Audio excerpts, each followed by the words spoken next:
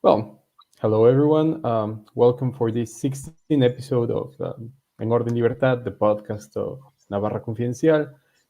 My name is Ugo Stornaiolo. I'm your host as always, and today I'm joined by my friend Ludwig. And right now I'm going to ask you which one or which way do you prefer, Graf von Brühl or just Brühl? Because there's a certain implication of using the longer form of your name. Well, I we're in Austria, or I am at least, and they have actually forbidden the use of any titles here. So I'd usually go by Ludwig Brühl. My passport says Ludwig Graf von Brühl. Let's stick with Ludwig for this conversation. Okay, no worries. Ludwig is a communications officer for ADF International, which is pretty much the largest legal organization or advocacy organization in the world. It's pretty much Christian, but uh, in the broader sense term of the term, and they focus on defending pretty much certain issues that had to do with religious freedom and with the larger, Christian way of life in the courts, in parliaments, in international organizations. And well, in here, I wanted to ask you, what's your job for ADF exactly? And what is ADF in your opinion? Because just explaining as ADF is just this largest Christian advocacy organization, it doesn't really stick to what ADF does. Okay, so I mean, as ADF International, we want to advance the God-given right to live and speak the truth around the globe. And we really think that these are natural, inherent rights to live and speak the truth. But they're so oftentimes attacked in, let's say, every country around the world. And we, especially through courts, through legal means, we try to advance the rights of everyone around the world and to fight back against those who want to restrict those very fundamental freedom rights. So that's a vision, and we have a certain model that we pursue. That is, firstly, that we defend people in the court. We often do that through an alliance. Most of the times, actually, that somewhere around the world, someone's being restricted in their ability to speak freely and their ability to exercise their religion. We have people who are just forbidden to pray on a street, where we have people who have been sentenced to death because they confess Christ. We have actually a singer, for example, in Nigeria, who's a Muslim, who's written a certain song, and he's been sentenced to death.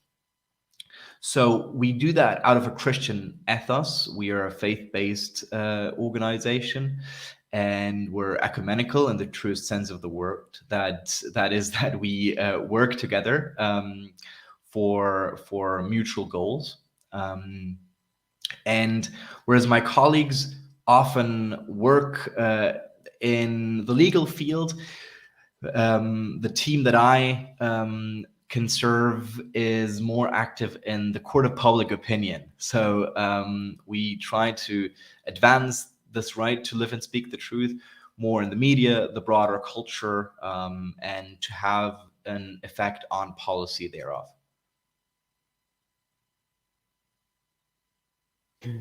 My microphone. All right. I mean, it's fairly understandable what ADF does, and I mean, I'm going to put here a little, explanation because ADF, at least ADF International, it's like the sister organization of another organization in the U.S. called Alliance Defending Freedom, which is pretty much the same but mostly focused on the U.S. And ADF does the same but all around the world. And you're based in the Vienna office, and I actually met you there a couple months ago, which is fun. And Ludwig and I, we are both like you work for there. I was one of their alumni for one of their international programs. So ADF not only does promote a certain perspective on the course of public opinion, they not only defend on uh, tribunals and parliaments and international organizations this Christian view on life and on society, but they also educate people. And I want to ask you a little bit, what can you tell us about the programs ADF does? Right. So actually, I interrupted myself by saying what our model is. So we first of all go to court, really, and defend people there. Sometimes we try to keep it out of court as well, but we defend individuals. The second step of what we do is we advocate at international institutions to target the root causes and go to the European Union, to the Organization of American States, to the United Nations, and give legal briefs, give input there from our perspective of defending fundamental freedoms. So that's the second, let's say, step to advocate at a very influential organization, where it really comes down to which formulation exactly is being used in that or this treaty. So that's the second step. And the third step is that we not only do everything through an alliance, we build up that alliance ourselves. And we have a few training and networking programs, most notably the Arete Academy. You can just look it up, ADF International Arete Academy, which is a leadership program for young people at the beginning of their professional career, with trajectories of leadership positions in policy, law, in academia. It could be in the wider cultural sphere, could be within the church, but also, politics and everything that relates to it. We also have people from various fields of business, actually, who have a certain advocate's mind, that is that they do not only connect with other people, but they have certain goals that go beyond their own career, but really to serve the wider community with both their competence and their convictions. And we want to bring those people together, give them a very substantial training, an online journey at first, and then a high level program during a week. And the hope really is that out of these programs, a strong young community of very promising people who aspire to serve not only their own interests, but really the broader society for the common good, with their competence and convictions. Well, I mean, I was part of one of those programs, I think 2 years ago. It's really high level. It was very intensive, as far as I remember it. And the thing is that, there isn't much of that interest, at least that is outside of ADF and maybe some other more conservative organizations, that really focuses on how to promote a certain view and how to defend a certain view of human dignity and of how to build and govern society. And I was wondering, I mean, ADF is located in Vienna, which is at least the European offices are located in Vienna, which is a fairly important city for international relationships right now. And you may have some connections with other organizations as well. So how does that work? Because ADF, there's a network of lawyers working together, representing cases. Uh, there's these education programs you promote and you fund and you organize. There's also your work speaking for uh, the media, for journals, TV stations, radios, and so on. But what about cooperating and organizing things with other institutions? Well, I mean, you're absolutely right, Ugo. The A in ADF stands for alliance. So that's what we not only have in our DNA, but that's how we operate every day, basically. Because there are almost 200 countries around the world. You cannot have an office in every one of those. But what you can is to work with the people committed to fighting the good fight on the ground in these countries. So what we can offer is to bring those people together, to be a connection point of people of goodwill, train those, equip the alliance, and work towards the common good. And we see more and more that actually the threats on human dignity and fundamental freedoms, they don't stop at a border. they just go across. The intellectual and ideological conflicts, they just go, they're cross-regional. So we really want to work together with like-minded organizations, but we even sometimes do with not so like-minded organizations. I'll give you an example. We are really committed to protect marriage and family, and to fight against practices which rip apart natural family ties. And one of those things would be surrogacy. So we're actively advocating for a global ban on surrogacy, because it just incredibly exploits women and makes children a good that can simply be traded among people.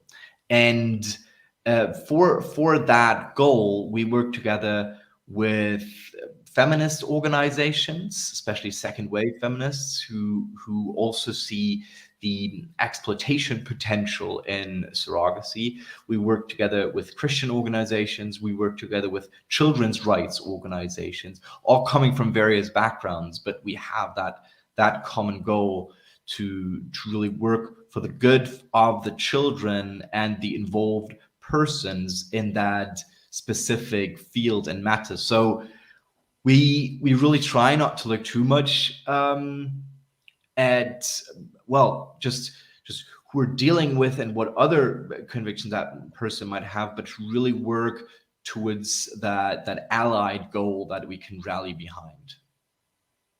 Well, I mean, it's not unexpected, but the fact that it seems so, I don't know, broad, the way that you can work with people that do not really share the, I would say, the ecumenical values of a Christian organization is quite impressive, to be honest, especially because, you know, at least as of now, it's not common to see this kind of cooperation in the ideological spectrum. You usually see people on the right just cooperating with people on the right, and not even that, and people on the left just getting together for any cause they have against the right, not even on a basis of what they are actually defending. So to see, you know, feminists and children's rights organizations working with ADF, it's quite interesting, to say the least.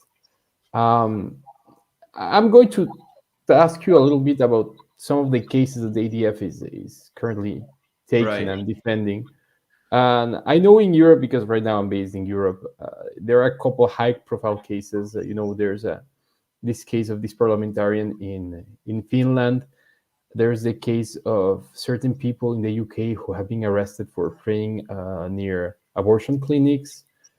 All of those you mentioned are pretty crazy and wild, and the case in Finland is still ongoing. So the case over there is a Finnish parliamentarian and former minister of the interior, actually also former chairman of the Christian Democratic Party in Finland, has repeatedly been dragged in front of a court by the state prosecutor, actually the general prosecutor, because she tweeted about her Christian beliefs, namely that marriage would be between a man and a woman. And she did so that insofar as she criticized her own church during a kind of inter-church debate, because the Lutheran State Church of Finland supported and actually sponsored the Pride Parade, so this LGBT event in Helsinki in Finland. And she said, well, does that really fit together with what the Bible says and what's written in Romans? And so she posted a picture of a certain part of her Bible and uploaded it.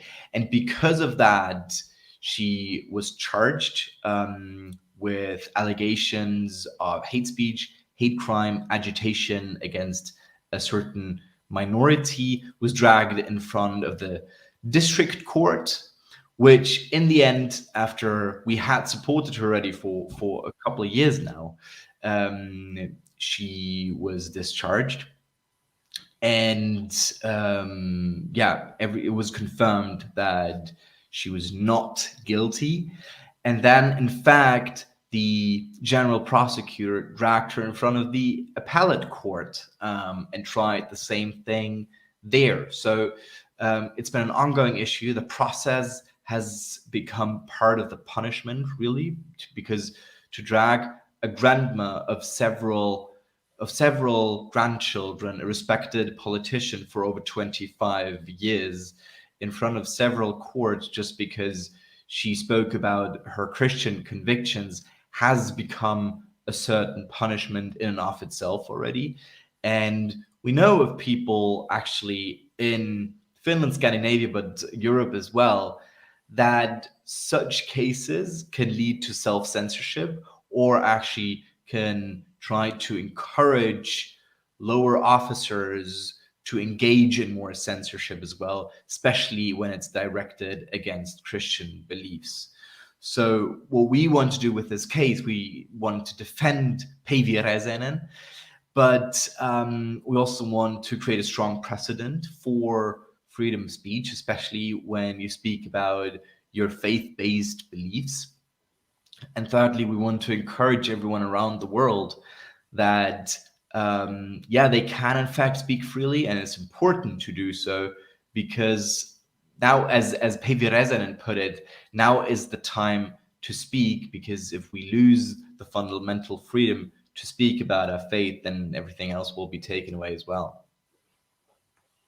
I mean, I have been following that case, especially because ADF really keeps us updated on it. The one on the UK about the people who are getting arrested because of praying near abortion clinics, that's also quite interesting, because it's another case of people just pretty much getting censored, right? Just by not even praying in public, not even, actually muttering the words, but just being close to an abortion clinic. Yeah, it's crazy, Ugo. And actually, I mean, Isabel von Spruce, who's been the one charity volunteer who's been praying there, who garnered the most attention, she really was arrested because of what she thought of. So it's like this. She stood in front of an abortion clinic that was closed during that time. So there was nothing going on. She was just praying there.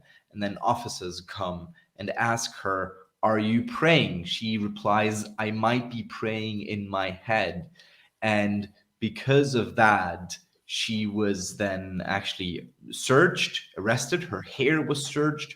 Her pockets were emptied. She was put in the police car and arrested.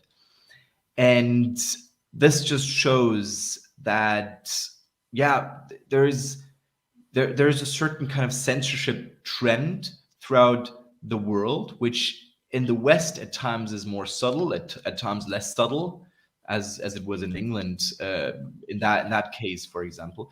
But in other parts of the world, that censorship trend can really lead to death, which is basically the ultimate form of censorship. So we try to connect those dots around the world, adapt to the situation that we're locally dealing with, and fight for the right to live and speak the truth in those individual situations then.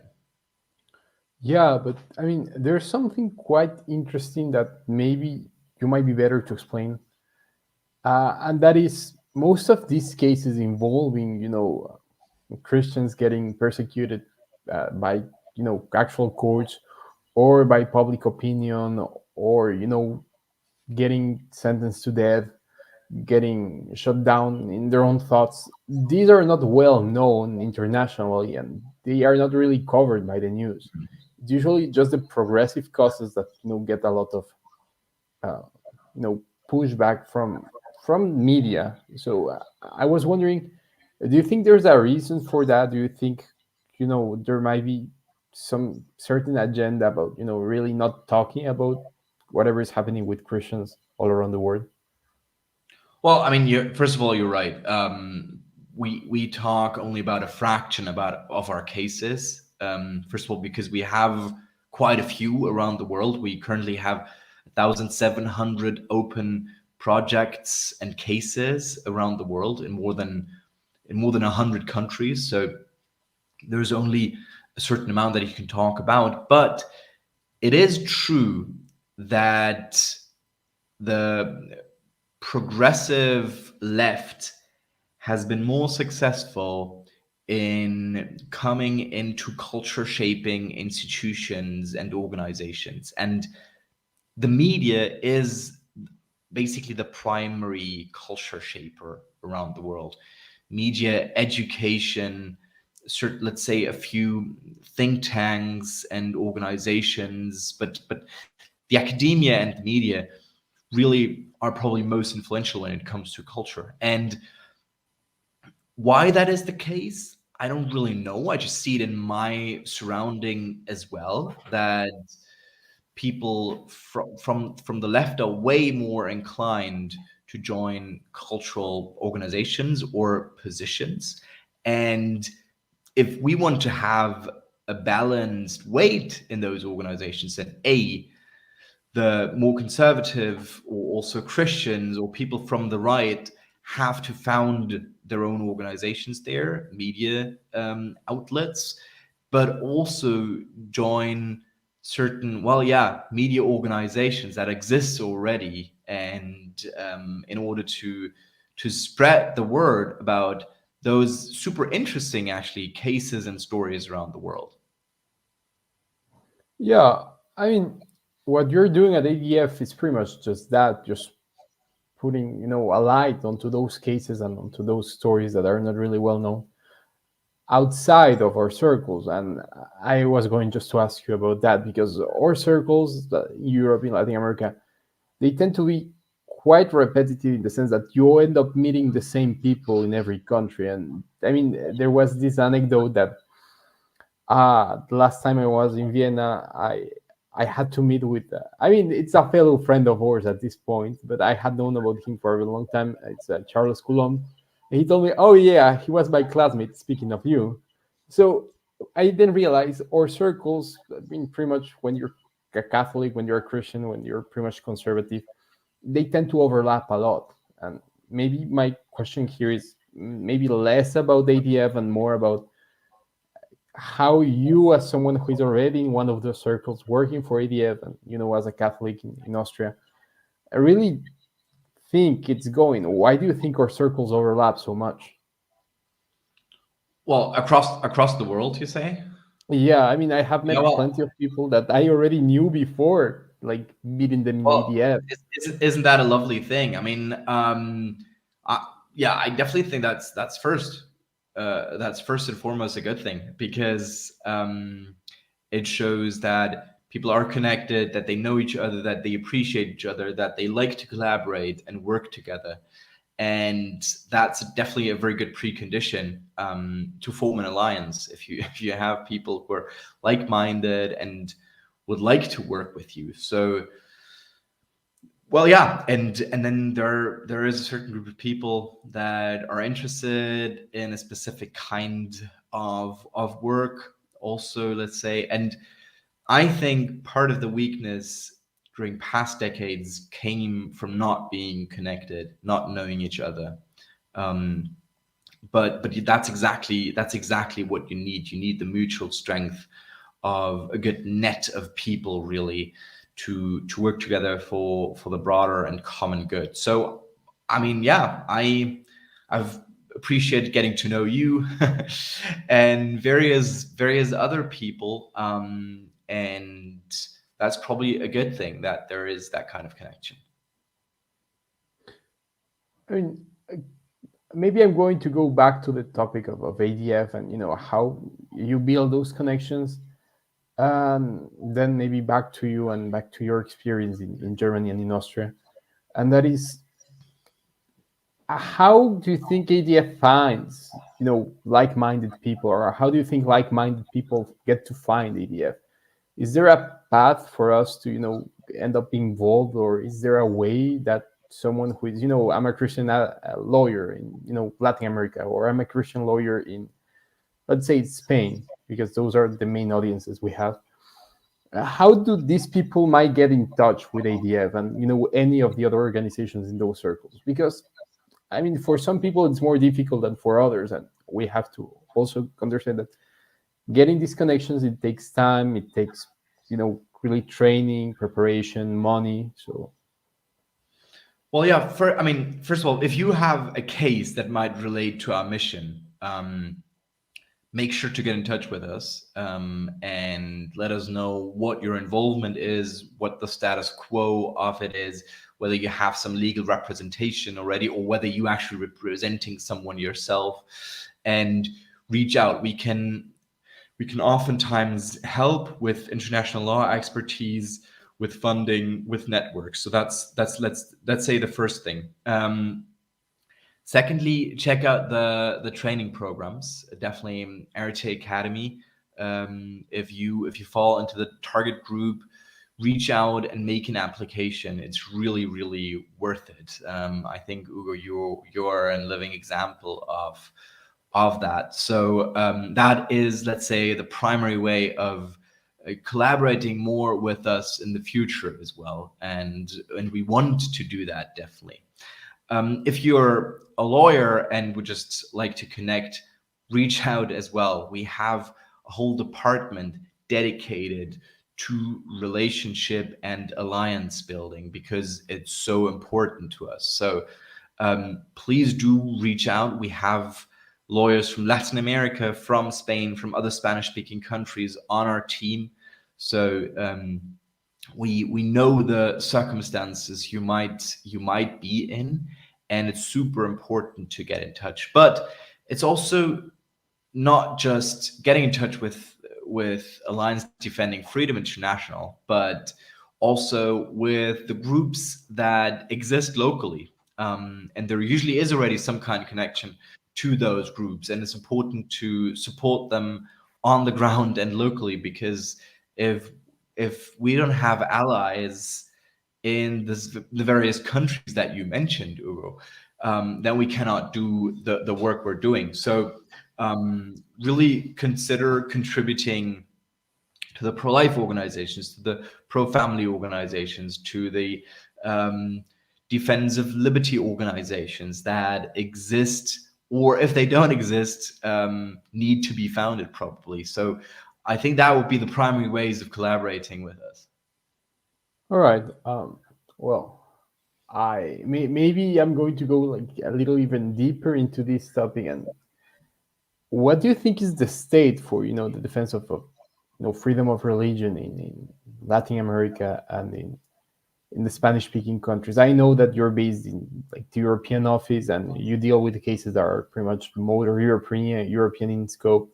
But you have an office that ADF has an office in DC, and they deal with pretty much Pan-American cases and with pretty much the state of the region in that sense. I was wondering if you knew a little bit about the work ADF is doing in Latin America. Well, for example, and that came to a surprise to myself and to many others in Central European countries, is that Mexico is highly censoring clerics, and not only priests and bishops, but really clerics throughout the orders, when it comes to politics, when it comes to policy question, when it comes to elections. And as there are elections upcoming, this is becoming an issue again, because a cleric asked people to vote according to their conviction, so you didn't even ask for a certain party to be voted for, he was charged. And we've been engaging in those kinds of cases recently, and it's really highly problematic. If we speak about another country which is obviously in deep troubles as of now, I'd point to Nicaragua, because of the socialist dictatorship over there, which is yet another good example to what socialism can lead. And we've been bringing Bishops Alvarez, so Rolando Alvarez's case, to the Inter-American Commission of Human Rights, and put a petition there, because the poor bishop was actually detained first in his home and then been charged and sentenced to 26 years of imprisonment, just because he spoke about the fundamental dignity of every human person in his sermon. So these are just dynamics that are very much concerning. The bishop has now been exiled and was able to leave for Rome, for the Vatican. But still, we have yet another case there of a Christian church where its leaders have just been sentenced to absurd penalties. I think it's 80 million US dollars that they're supposed to pay, which is obviously completely insane.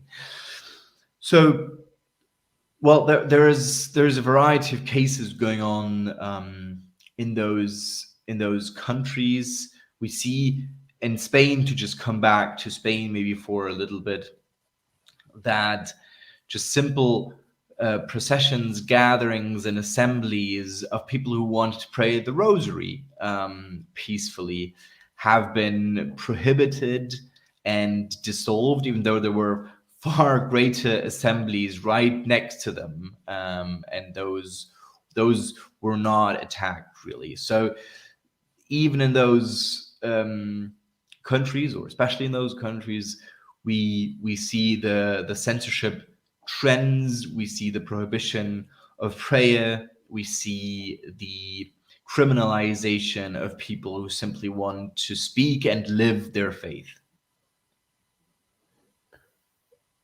Well, I mean, you have different levels of how that is going, especially like Latin America has always been kind of complicated.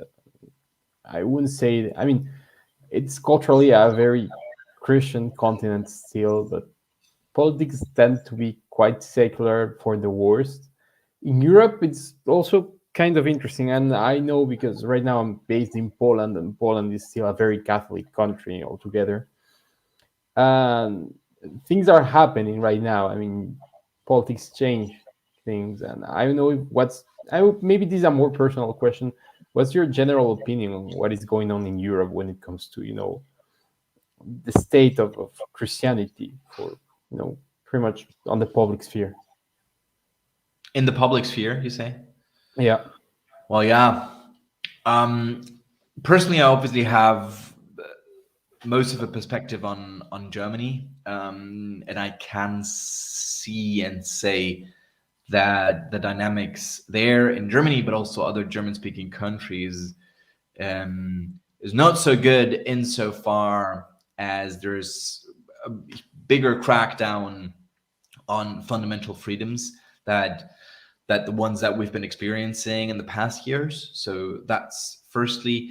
And then secondly, there's not yet, let's say, a better organized Christian resistance network to that. So it starts to build up a little bit, especially in pro-life circles, which is really encouraging. You see bigger and bigger marches for life in various cities. You see them basically in every bigger European cities. You've had marches for life, which obviously provide a good opportunity to network, to connect, to bring the issue on the table. So that's a certain part, and again, that's a personal view of mine, but it is very unfortunate that, for example, the German church is adapting very, very much to the zeitgeist and has not kept itself, at least in big parts of its leadership, the necessary integrity and holiness in order to be effective in protecting fundamental freedoms and, again, the inherent dignity of everyone. We have just an incredible amount of abortions every year across Europe, and it's not necessarily getting better. If you look at France at the moment, for example, which just tried to establish a so-called human right to abortion, which is absurd because in international law there is a clear right to life which is guaranteed for everyone universally, and nothing else. And at the same time, we see a lot of encouraging developments. Let's just look at France, which just saw an uptake of 30% in adult baptisms that are happening this Easter. So that connected with, let's say, similar dynamics, even though they play out in smaller ways in other countries in Europe, do encourage, because you see very convicted people who know how to read the signs of the times, and that's probably what we need as of now. Well, speaking in particular that we're in Easter right now, so yeah, I do see how that is working.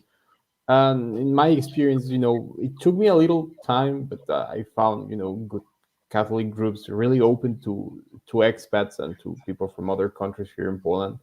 So, and they're full of young people as well, which is quite, it's amazing and it's really welcoming for everyone. But then again, you also have the counter side that, especially in academia and, studying here, you get to find these people that, they really go into the left, they really go into, they have a certain disdain for religion, not only for well, mostly for Christianity, but for religion in general. And you find this mostly in people who should be well educated. And maybe here I'm going to ask you like another kind of personal question, because you have certainly a background that has to do with that. You studied liberal arts, so how did you deal with that during your years, before working for ADF, before your career? Yeah, I studied liberal arts, and I sometimes call myself a liberal artist because of that. Well, the idea of liberal arts is obviously to free the mind, to be able to well, get the right information, process them correctly, and be able to communicate what you have learned and understood in an adequate manner afterwards. So the idea really is to free yourself, to free your learning, to free your mind, and to free your communications.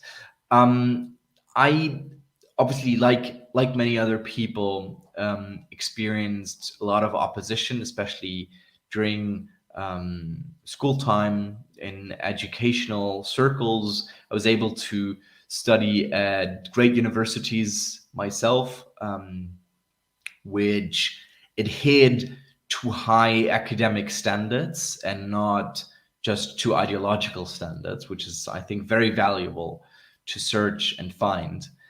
And yeah, but you're right. Still, the academia is an influential sphere, and I know many people who don't really feel at home there anymore because their views are not only not accepted, but really combated. So I think there is a twofold answer to that as well. We need to have our own institutions if there's no alternative reachable.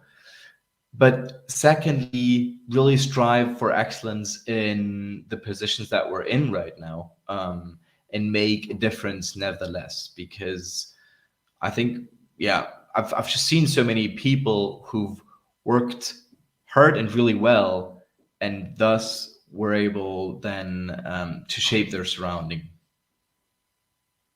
Well, I mean, it's quite true. And I can think of many examples, both institution building.